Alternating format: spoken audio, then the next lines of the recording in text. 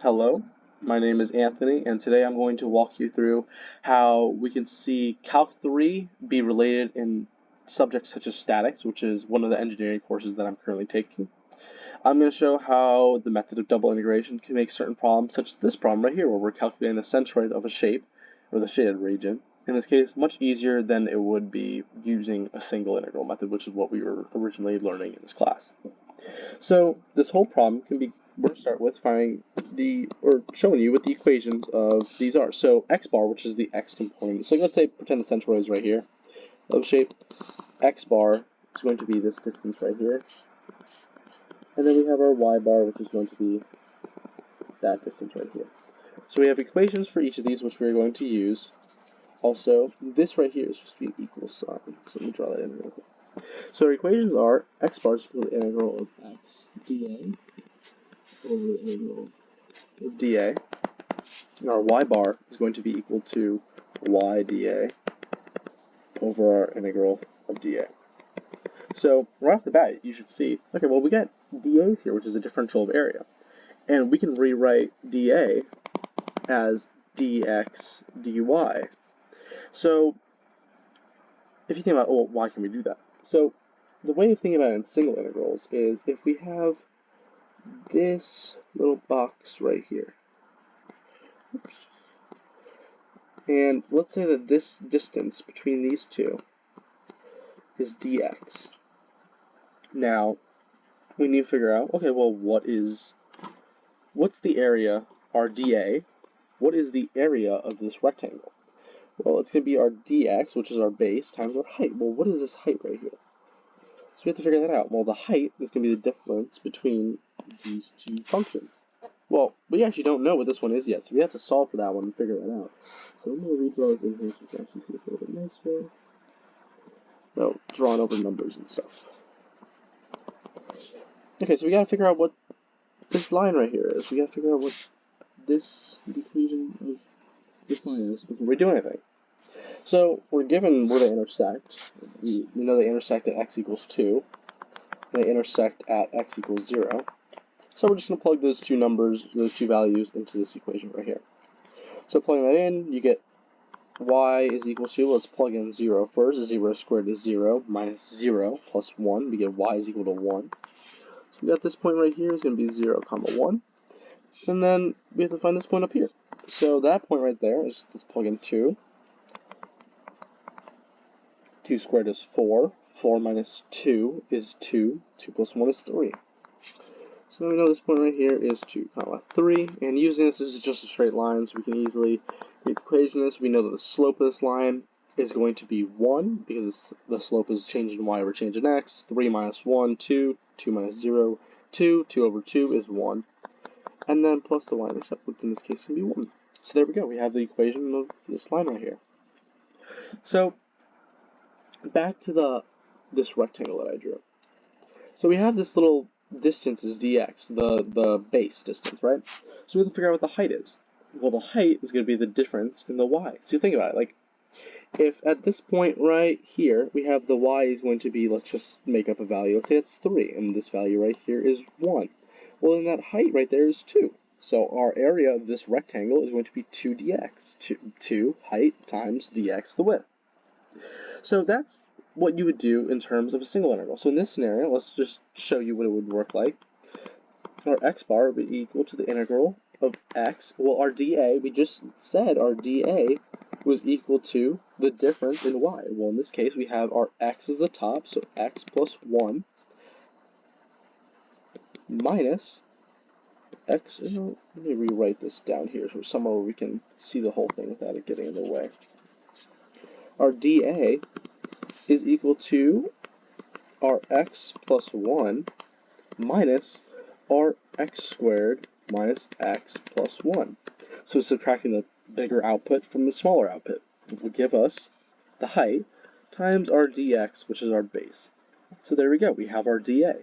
So the way with single integrals, you would go, okay, well, let's just plug that in for dA here and here. So let's go ahead and do that. So since this is all in terms of x, all we have to do is integrate, well, when it's from 0 to 2. That's what's 0. From 0 to 2. because that's where the x goes from. Alright, 0 to 2 of x times, I'm going to use brackets this time just to make it a little bit more.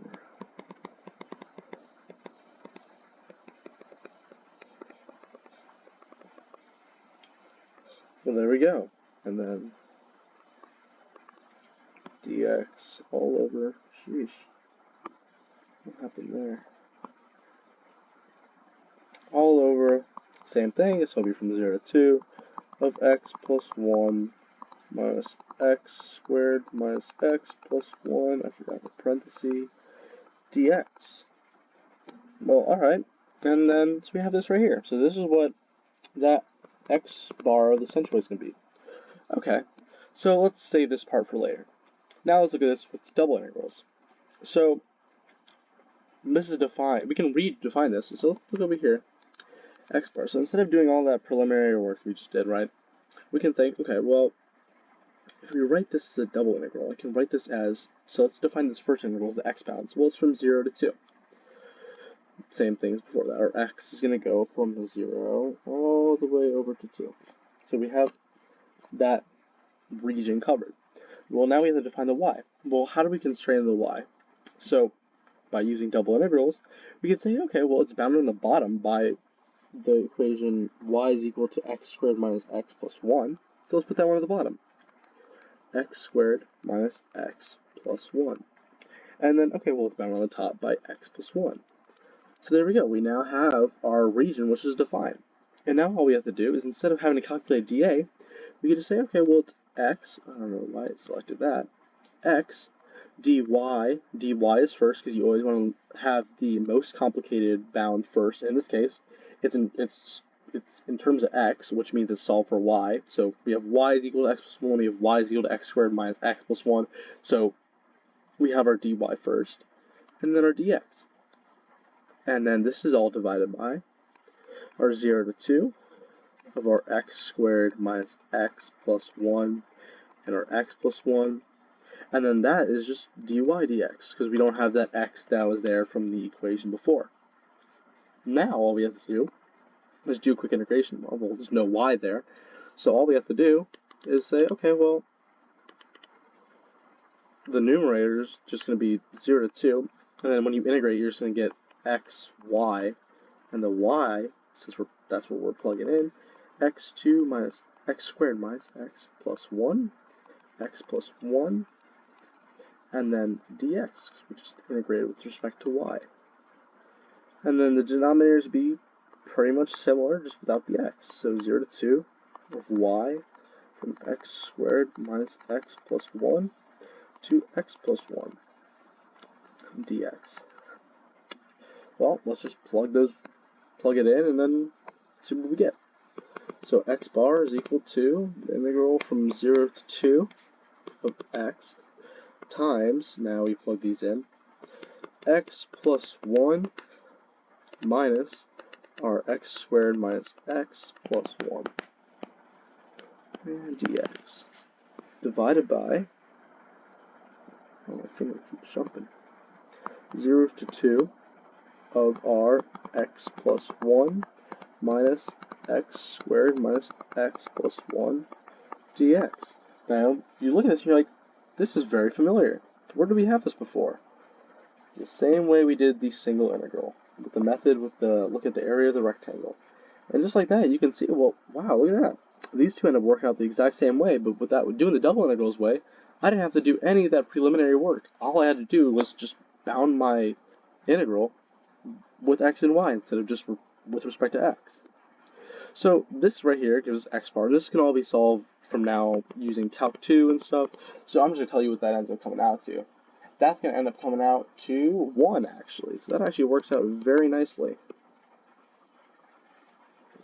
So right there you have 1. And now the exact same process can be repeated for y bar. So our y bar was the exact same thing, as you can see right here, but instead of x dA, it's y dA. And the y actually works very nicely with this, because it is I'd say it's pretty difficult to solve using the single integral method, because we have this nasty x squared right there in front.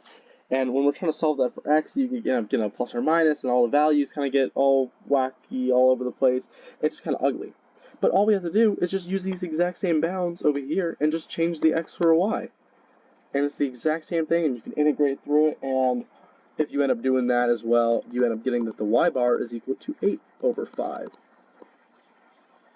And then if you come to this, if I can scroll up, if you come to this little graph that's over here and we look at this, and we have our centroid as what we labeled was 1 8 over 5, so 1 is about halfway, so let's say it's right there.